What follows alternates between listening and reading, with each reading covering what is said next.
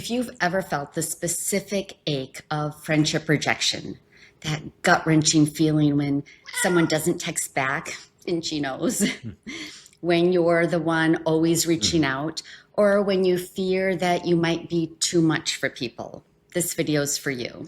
This comes from a heartfelt request by our viewer, Yenna, who asked us to talk about rejection sensitivity. She shared something so many of you can relate to. After doing her own healing work, she realized she'd been wearing masks in friendships and now wants to start over authentically. But she's terrified that being genuine will activate her anxious attachment and make her chase people when they don't reciprocate. Hi, we're Tehrina and Joel Terry, and Da Vinci Terry. We're licensed therapists here to help you heal from anxious attachment, stop chasing unavailable love, and build the secure relationships and community you deserve. And today, we're diving deep into rejection sensitivity, why it feels like emotional death, especially in friendships, and why this might even be more intense if you're neurodivergent. We'll be covering what rejection sensitivity actually is and how it shows up differently based on your attachment style, how ADHD amplifies this experience in ways most people don't understand. We're going to break down rejection sensitivity through an internal family systems lens because understanding which parts of you get activated can be a total game changer. And here's the piece I think will be most helpful. We're going to give you the practical tools for managing rejection sensitivity that goes way beyond the just don't take it personally advice. And if you stick around until the end, we're going to invite you into something really special. A free 8-week self-leadership challenge that can actually transform your rejection sensitivity from something that sabotages your relationships into a pathway for deeper, more authentic connections.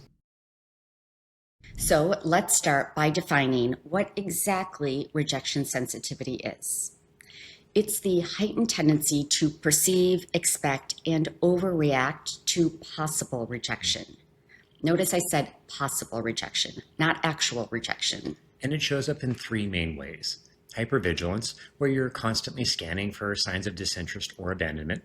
Overreaction, where you interpret neutral signals as negative. And self-sabotage, where you either withdraw too soon or chase too hard.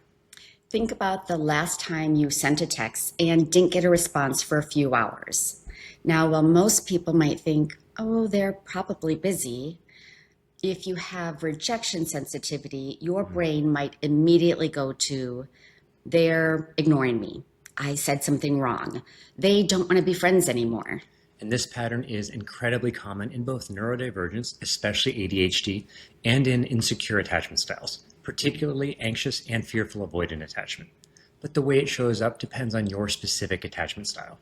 For those with anxious attachment, rejection sensitivity often looks like chasing, trying to close the gap when someone pulls back because disconnection feels like rejection. And this is exactly what Yenna described when she shared that she was worried that lack of reciprocation means something's wrong with her, or that she'll end up alone. For people with avoidant attachment, rejection sensitivity often shows up as defense. They preemptively distance themselves to avoid being rejected. They interpret closeness as risky because rejection might hurt later, so they cut it off first. And for those with fearful avoidant or disorganized attachment, rejection sensitivity tends to create this hot and cold pattern in which they long for closeness, but end up panicking when rejection cues appear. This triggers the push-pull cycle that can be confusing for everyone involved. Now, if you have ADHD, rejection sensitivity often feels particularly intense. Clinically, this is tied to emotional dysregulation and differences in dopamine pathways. People with ADHD may experience rejection not just as hurt feelings, but as sharp, overwhelming emotional pain. This is sometimes called RSD, rejection sensitive dysphoria, and it has some specific features. Rapid mood shifts triggered by perceived rejection, strong physiological responses like anxiety spikes, feeling hot, or that stomach drop sensation, and a tendency to avoid opportunities or relationships to prevent rejection from happening in the first place. And what makes this even more challenging is that people with ADHD often have a history of more rejection experiences. criticisms for being too much, too impulsive, too forgetful. So the brain becomes even more primed to expect and detect rejection. And if you're recognizing this pattern in yourself and wondering whether what you're feeling is rejection sensitivity or actual intuition about a relationship, we created a free guide called Anxiety versus Intuition that can help you sort through those confusing internal signals. Sometimes what feels like intuition is actually our anxious or hurt parts reacting to past wounds. Yenna shared another experience that perfectly captures how rejection sensitivity plays out in friendships. She shared that she's in college, working hard to form authentic connections, and she is a good conversationalist who connects genuinely with people. But she feels like others aren't as interested in her as she is in them, not for personal reasons, but because they already have their established friend groups. She described feeling like she might be borderline desperate because people don't follow up as much as she'd like. But she's also terrified of taking a step back and letting it happen, because what if nobody comes along? She's trying to find that middle ground, but it's exhausting. And this is such a perfect example of what we call the initiator burden. When you're always the one reaching out, planning, and following up, rejection sensitivity makes you interpret this as evidence that people don't really want you around. But here's what's often happening. Some people are natural initiators, and some are natural responders. This doesn't mean the responders care less. They might deeply value the friendship, but they just aren't wired to be the planners. Rejection sensitivity, though, filters this through a lens of beliefs such as, I'm too much, I'm bothering them, they're just being polite. And here's the painful paradox of rejection sensitivity. It often creates the very rejection it fears. When you're constantly scanning for signs of rejection, overanalyzing every interaction, or people-pleasing to avoid rejection, those hypervigilant behaviors can actually push people away, confirming your original fear. If you've ever found yourself in this cycle, maybe you recognize yourself in Yenna's experience. You are definitely not alone. In fact, if this is resonating with you, giving this video a like helps other people who might be stuck in the same patterns find this content and realize they're not the only ones struggling with this. This is where internal family systems becomes so helpful, because rejection sensitivity is essentially a parts activation loop. Let me explain what I mean. First, there are usually exile parts that carry the original rejection wound, maybe a young part of you that felt invisible, unwanted, or abandoned. These parts hold the core belief that rejection means you're fundamentally unlovable. And then you have the manager parts that work incredibly hard to prevent rejection. These might be people-pleasing parts, masking parts, or over-functioning parts in relationships. Yenna mentioned initially befriending people from a mask. So that's usually a manager part trying to prevent rejection by becoming what it thinks others want. And when rejection is felt anyway, firefighter parts might react by shutting down, ghosting, numbing through distractions, or sometimes even angry outbursts. These parts are trying to rescue you from the pain as quickly as possible. So here is a gentle exercise to help you begin identifying your own rejection-sensitive parts. Think about a recent time you felt rejected by a friend. Now notice what parts show up. Was there a vigilant part, scanning for more evidence of rejection? Perhaps a people-pleasing part, wanting to fix it immediately. How about a withdrawal part, wanting to pull back and protect you? Can you sense the young exile underneath feeling that familiar ache? Now, sometimes people struggle to visualize these parts, so if nothing comes to mind, I just want you to notice your body and where you feel the rejection.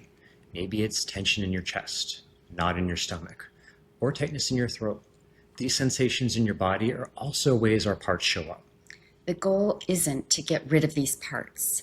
They developed for good reasons, and they're trying to protect something precious in you. The goal is to develop self-leadership, where your wise, calm self can be present with these parts and help them find less extreme ways to protect you. So, what do you actually do when these parts get activated? When you send a text and don't hear back, when plans fall through, when you feel like you're always the one reaching out. This is where the 8 qualities of self-leadership become incredibly practical tools. And remember, when we say self or self-leadership, we're referring to what internal family systems therapy calls the capital S self, which is the wise self that exists in all of us. First, practice the pause. When you notice rejection sensitivity activate, literally take a pause. Then take a breath and ask yourself, which part of me is reacting right now? This creates just enough space between your trigger and your response.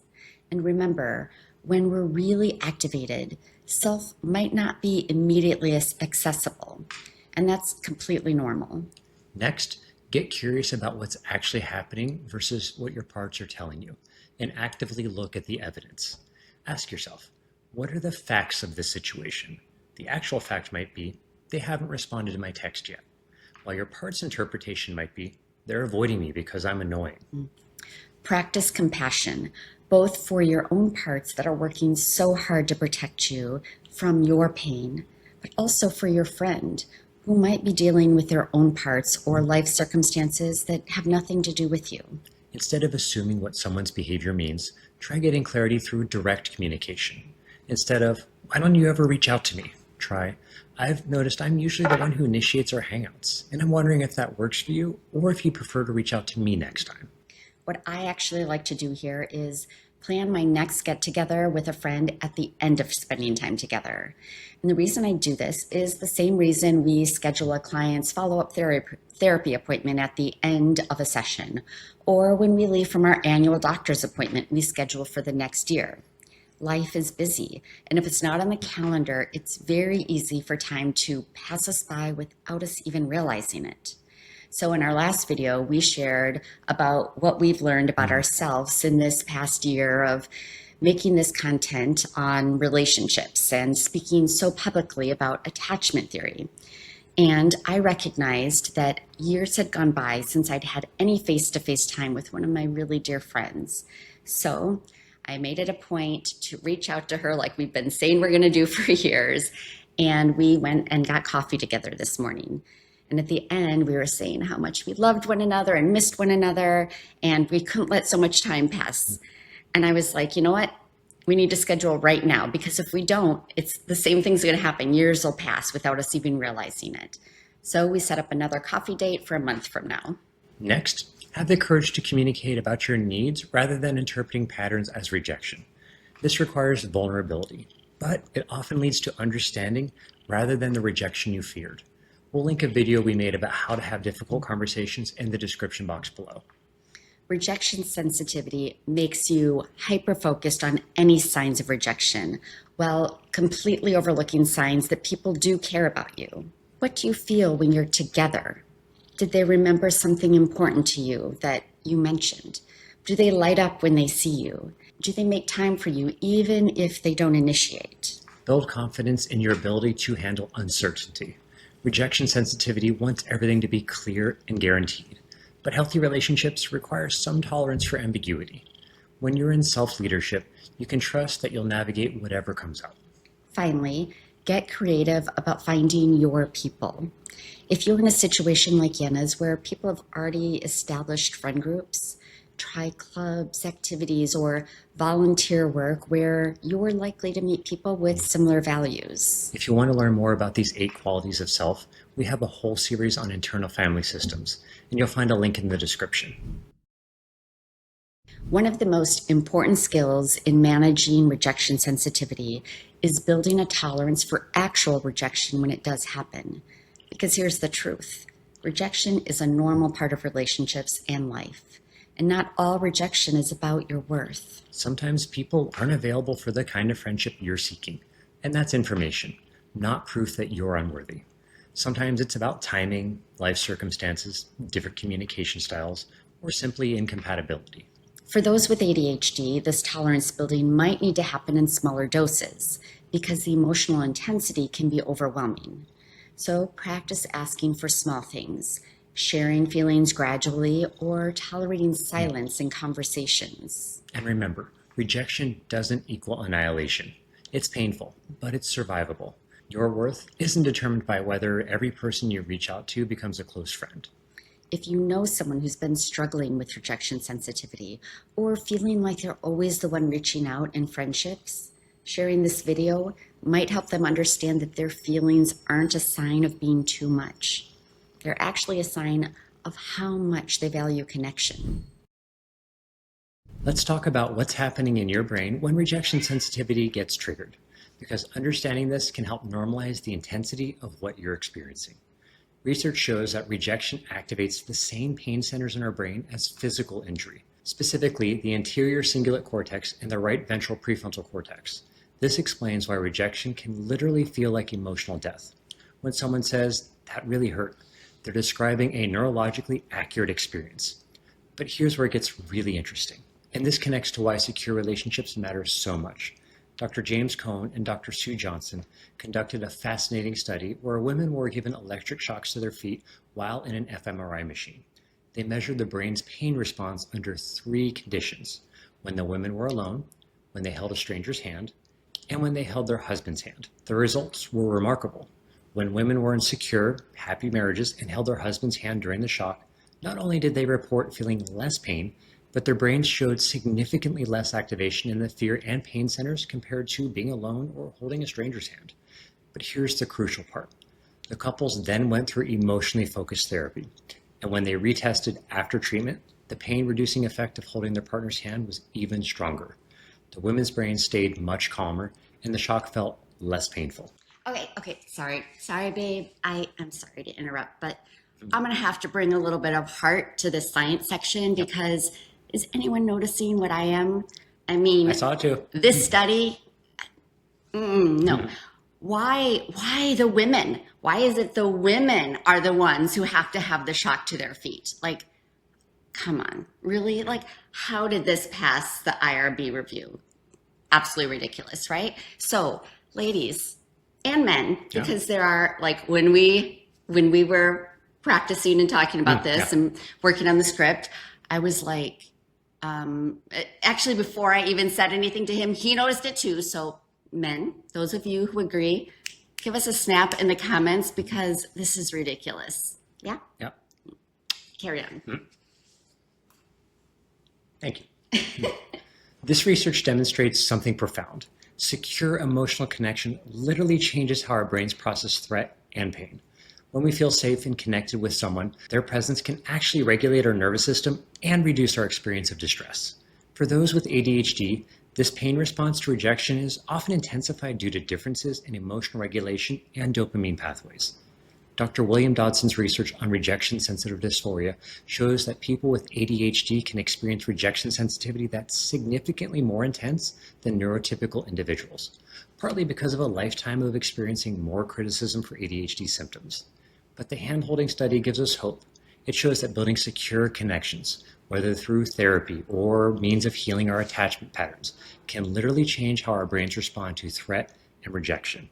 This is why the relationship work we do isn't just about communication skills. It's about rewiring our nervous systems for safety and connection. Okay, so now that I've had a moment to cool down, let's get to the heart of it. Rejection sensitivity in friendship touches on one of our deepest human needs, the need to belong, to be seen, to matter to other people. And when that sensitivity is heightened by past wounds or neurodivergence, it can feel like you're walking through the world with your emotional skin completely exposed.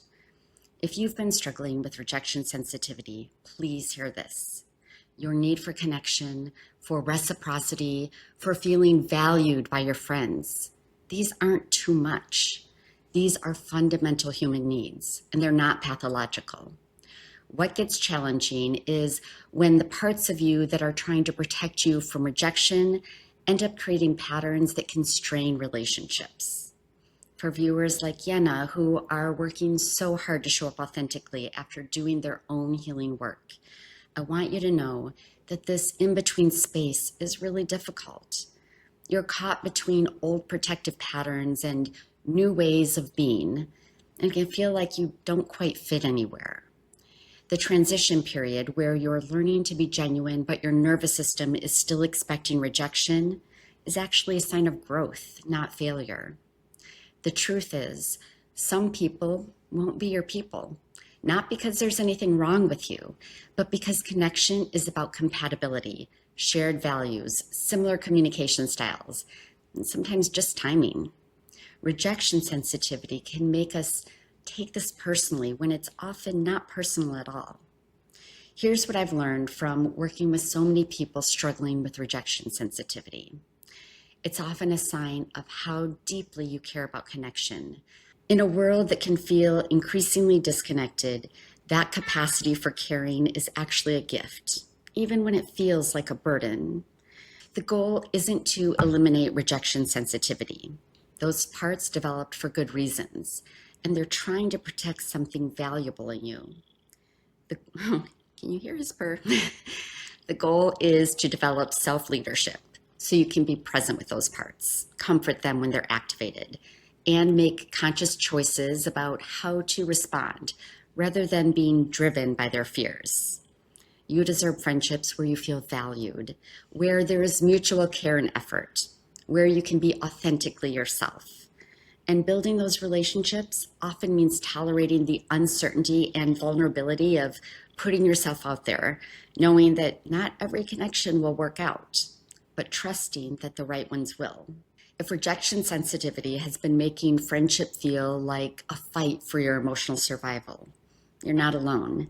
Many of us are learning to navigate connection after doing our own healing work, and it's brave, vulnerable work. Your people are out there, and they're looking for someone who cares as deeply about connection as you do. So here's an action step for you that you can take right now. Think about, and maybe even journal about, a recent time you felt rejected. What story did your parts tell you about what it meant? What would it look like to respond to that situation from self-leadership instead of from your more extreme protective parts? And if you notice rejection sensitivity in your friendships, what patterns do you see? Are you usually the initiator, the withdrawer, or do you swing between both? After this reflection, share your insights in the comment section below. And if you'd like to go even deeper into this work, we'd love to invite you into an 8-week self-leadership challenge. Each week, pick one of the 8 C qualities: calm, curiosity, compassion, clarity, connection, courage, creativity, or confidence, and practice bringing that quality to your relationships, especially when rejection sensitivity gets triggered. Come back each week and share in the comments what you noticed. Did curiosity help you reality test your part stories? Did courage help you have a difficult conversation? This way we can all learn and encourage one another in the comments. This is how we build community. Up next, we're working on that parenting and attachment series that won our community poll. So stay tuned for that. In the meantime, check out our video on why anxious and avoidant people destroy each other if you want to understand more about how attachment patterns play out in relationships. Subscribe and take care of your heart. And remember, you're not alone. We're all in this Together.